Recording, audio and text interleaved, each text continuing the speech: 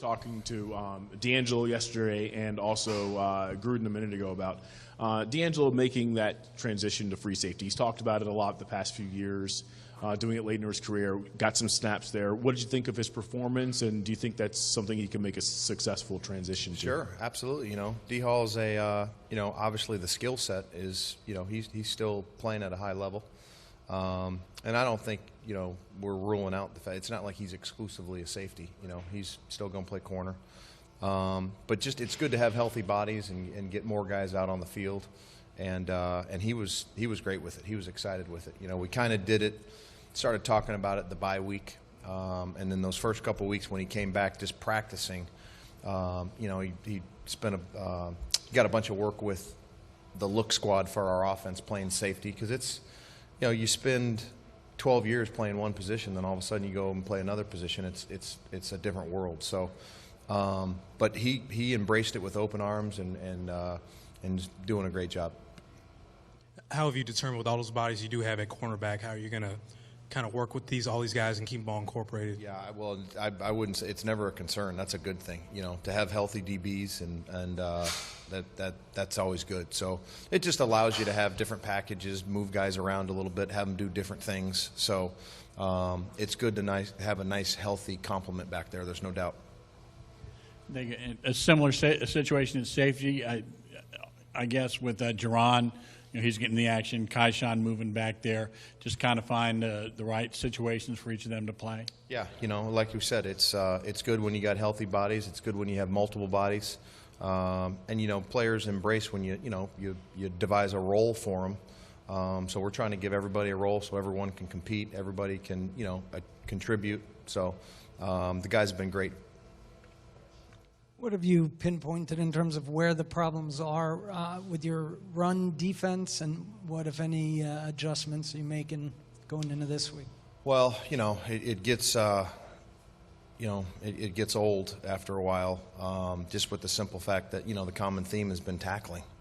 So we missed a big tackle in the hole last week, and then bam, the guy goes 70 yards. So I think it's obviously addressed every week. It's preached every week, talking about the tackling.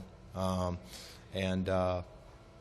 much as we do from a physical standpoint on Wednesday, that's our most physical day. We try to tackle, try to simulate tackles at least. You can't do any live tackling, but it's just we got to keep preaching it and keep talking about it because it's something that I think after that tackle that we missed, which was the third play of the game. We ended up tackling fairly well. You give up 70 yards on the first carry. They ended with 150. So we cleaned it up for the most part, moving forward the rest of the game. But you can't do that. You can't continue to give up explosion runs because of missed tackles. So we preach it. The players obviously are aware of it, and they're working on it with our angles, with our leverage.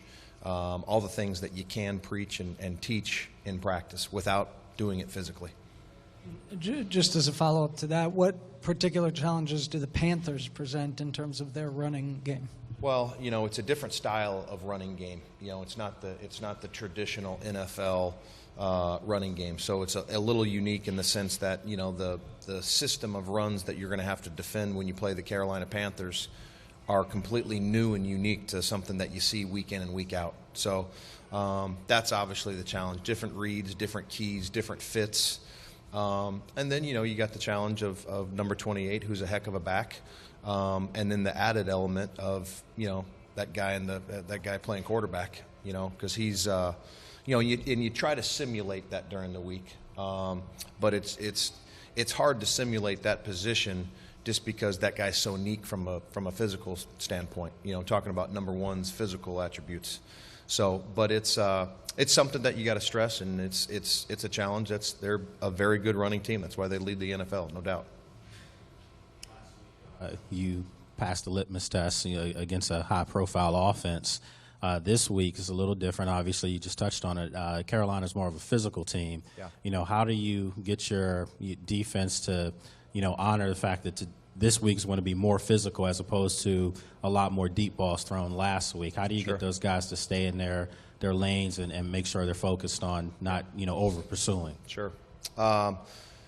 The National Football League, it's a physical sport. It's a physical contact game, week in and week out. Now this week obviously is unique in the style of offense that they run. They're a downhill, unique running game, but every week presents challenges. Obviously, 2 weeks ago it was Tom Brady and the Patriots. Last week it was Drew and that offense and everything that they brought. This week's no different. Very good offense running the ball. They got weapons. Obviously, we already talked about number 1 and 28. But when they drop back and throw the ball, 88 is probably playing the best football that he's ever played in his career. He's got 77 targets and I think 50 catches. I think number 19, who's been in the league forever and kind of as a reverse guy, return guy, he's catching the ball and playing receiver better than he really ever has. So, but that's the National Football League. You have different challenges and you face different things every single week. So it's our job to devise a plan and prepare the players and go execute. Like I tell you guys all the time, it's about us. If we read our keys, if we get our eyes right, if we play with great pad level, if we get off blocks, if we tackle, it doesn't matter what they do. It matters what we do. Joe, with Olsen, 88.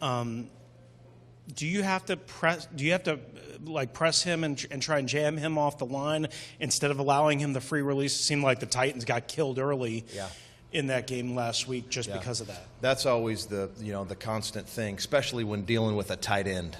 Sometimes with a wide receiver or a tight end that is out of the core tight end, in a slot receiver position. But when you're dealing with a tight end that's in the core, okay, when I say in the core, in the backfield or next to the offensive tackle, the only guys that you can usually do that with are your defensive linemen, your rushers. So you always have you have to ask yourself, okay, do we want to slow down the rush to be able to get our hands on 88? And that's always the thing that defenses have to fight when dealing with a tight end.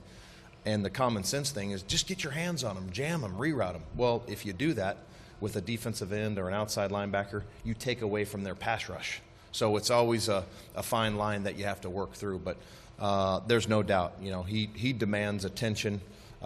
He has to be hit. He has to be knocked. Because again, when he's able to run free release vertical routes, which is what he does, he's tore everyone up that they've played against. So, definitely got to have a plan when playing against 88. And like I said, especially he's been a really good player his whole career, but he's one of the upper echelon top tight ends in the league right now. There's no doubt. He's playing great. Joe, what's your evaluation of their offensive line? Their center obviously is very good, probably one of the best in the game. Yeah. And with that, how was Tennessee seemed to be able to get good pressure on them? It affected them a lot. Can you guys take anything from what they did? Yeah, they brought quite a bit of pressure. There's no doubt, and was successful with it. And I think you got to do that with the type of quarterback that you have in number 1, in the sense that you got to fill rush lanes. You can't make a steady diet, even though we'll pick our spots. We'll mix it up. But I think Tennessee did a fine job. Not only rushing the quarterback, but rushing them smart. With proper lanes, because that's the thing that makes this. Number 1 is their second leading rusher. He's got almost 400 yards rushing. And a lot of times people just think, oh, well, those are on zone read. Those are on designed runs. And a lot of them are, but he gets a lot of his yards just taking off and running. So discipline with the pass rush, whether we're rushing 3, 4, 5, or 6, it doesn't matter. But you got to be, rush lane.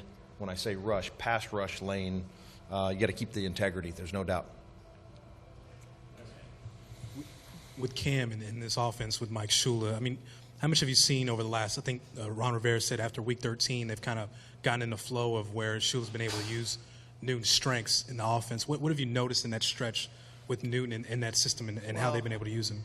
I think with any, Cam's still a young quarterback. That's what people don't realize, So I think he's really, like you said, the 10 game or the 9 games this year, and going back to the last 4 or 5 games last year, he's playing the best football of his career. Which they got a great defense, and he's being smart. He's running the ball when they need to run the ball, when they do drop back, and he's being smart with throwing the ball. If it's not there, he's throwing the ball away. That's something that you really never saw Cam do in the past. He's also tucking the ball and running, but running smart.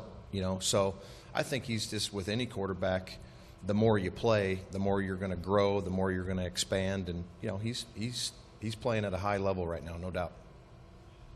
Anybody else? All right, thanks, Coach. Okay, buddy. Thanks, guys.